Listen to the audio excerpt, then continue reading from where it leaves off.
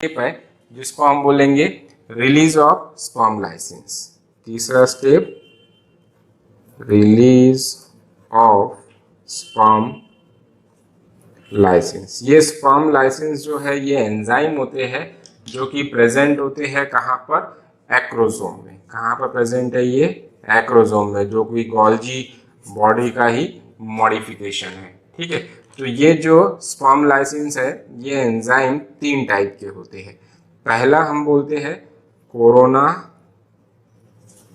Penetrating enzyme. Okay, दूसरा जो enzyme है उसको बोलते हैं हम हेलुरिनोडेज,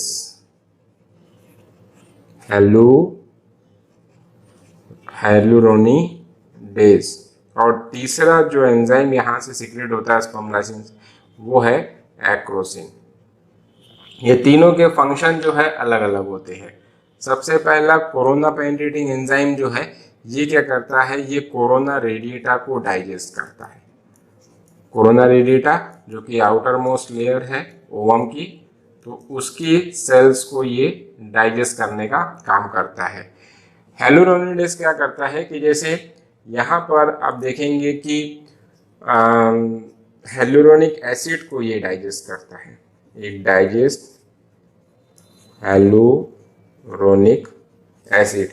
अब ये हेलुरोनिक एसिड कहाँ पर प्रेजेंट होता है, ठीक है, तो हेलुरोनिक एसिड जो है ये आपका प्रेजेंट होता है जो कोरोना रेडिएटा की जो सेल्स होती है उसके, ये कोरोना रेडिएटा की सेल्स है जो कि आपकी फॉलिकुलर सेल्स होती है, इसके बीच में, उसके बीच में यहाँ पर इन सेल्स को बाइंड रखने के लिए इनके बीच में हेलुरोनिक एसिड प्रेजेंट होता है। तो इसको ये डाइजेस्ट करने का काम करता है, जिसकी वजह से ये सेल्स जो है लूज हो जाती है। तो ये हेलुरोनिक एसिड जो है यहाँ पर प्रेजेंट होता है।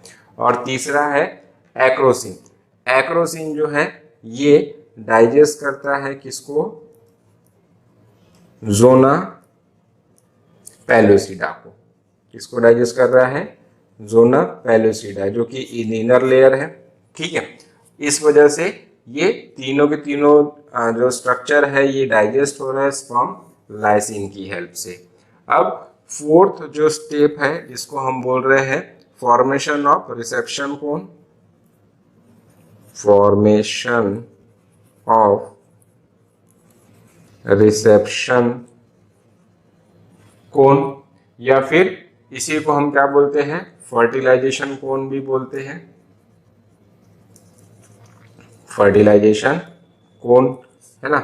अब इसमें क्या होता है कि जैसे ये एग की मेम्ब्रेन है, ये एक टाइप से इस टाइप से कोन बनाती है, क्योंकि ऊपर की जो मेम्ब्रेन्स है यह सभी डाइजेस्ट हो चुकी है। जो विटेलाइन मेम्ब्रेन होती है, ये विटेलाइन मेम्ब्रेन या जिसको हम प्लाज्मा मेम्ब्रेन बोलते हैं, ये एक टाइप से कोन बनाती है। और ये कोन वहीं पर बनता है जहाँ पर आके स्पर्म जो है इस टाइप से बाइंड होता है। ओके, तो इसको हम बोलते हैं फर्टिलाइजेशन कोन। ये जो स्ट्रक्चर है इसी को हम बोलेंगे फर्टिलाइजेशन कोन। ये है आपका सेकेंडरी oocyte, ये है आपका स्पर्म, और ये जो मेम्ब्रेन है ये कौन सी है, प्लाज्मा मेम्ब्रेन, या इसी को हम विटेलाइन मेम्ब्रेन भी बोलते हैं। ओके, फिर उसके बाद जो नेक्स्ट स्टेप है, फिफ्थ स्टेप जो है वो है स्टार्ट ऑफ मियोसिस 2। ठीक है ना, तो यहाँ पर फिफ्थ स्टेप मैं लिख देता हूँ, स्टार्ट ऑफ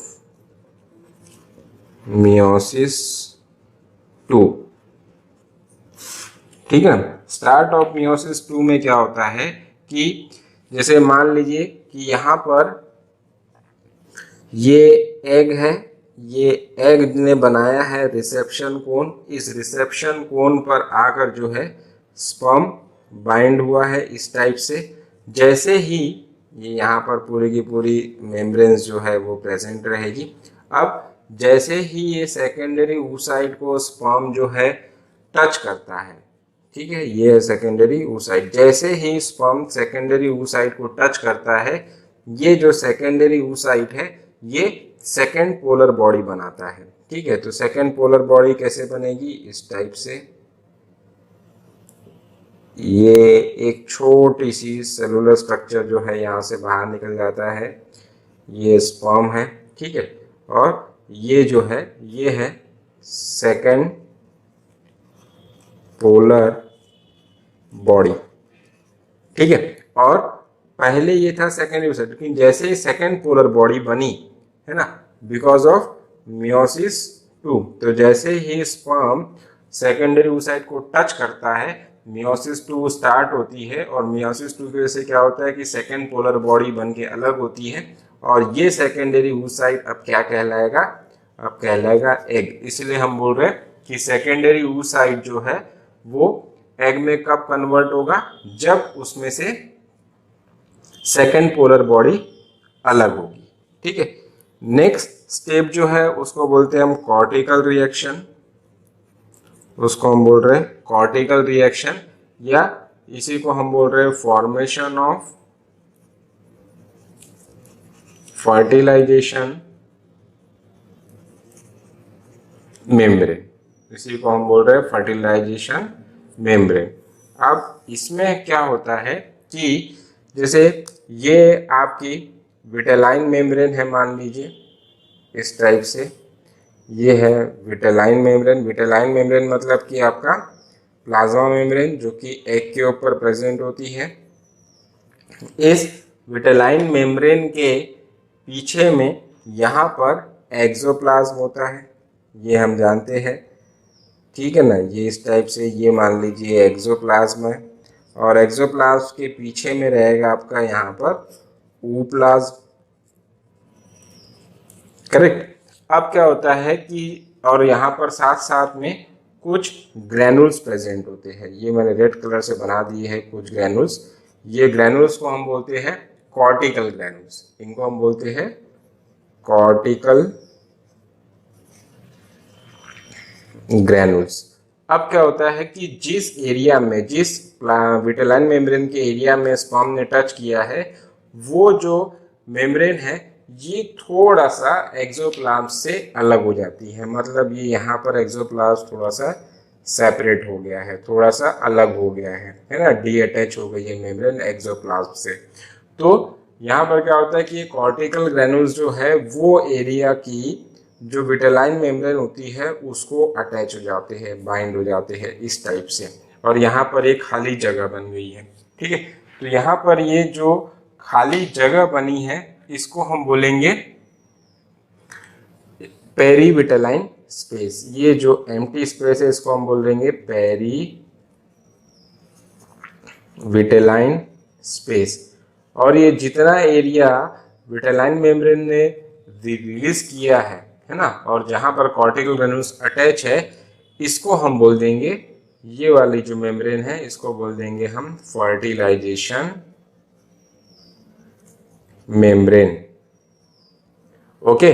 और ये फर्टिलाइजेशन मेम्ब्रेन बनने की वजह से क्या होता है कि पॉलीस्पर्मी प्रिवेंट होती है, मतलब कि जैसे मान लीजिए यहाँ पर जो है स्पर्म टच किया है, स्पर्म टच की वजह से यहाँ पर फर्टिलाइजेशन मेम्ब्रेन बनेगी, लेकिन एक आधे स्पर्म यहाँ पे भी टच किया है तो यहाँ पर फर्टिलाइजेशन मेम्ब्रेन नहीं बनेगी। इसकी वजह से एक ही स्पर्म जो है वो फ्यूज कर पाता है। तो फर्टिलाइजेशन मेम्ब्रेन का सिग्निफिकेंस क्या है कि इट प्रिवेंट पॉलीस्पर्मी, ठीक है ना। अब इसके बाद जो नेक्स्ट स्टेप है 7th नंबर की, जिसको हम बोल रहे हैं fusion of gamete. Fusion of gamete, या इसको कई बुक में फ्यूजन ऑफ गैमेटिक न्यूक्लियाई भी कहा गया है, ओके। इसमें क्या होता है कि ये एग है, ओके, ये सेकेंड पोलर बॉडी, ठीक है, और यहाँ पर स्पर्म जो है ये अटैच हुआ है, ठीक है।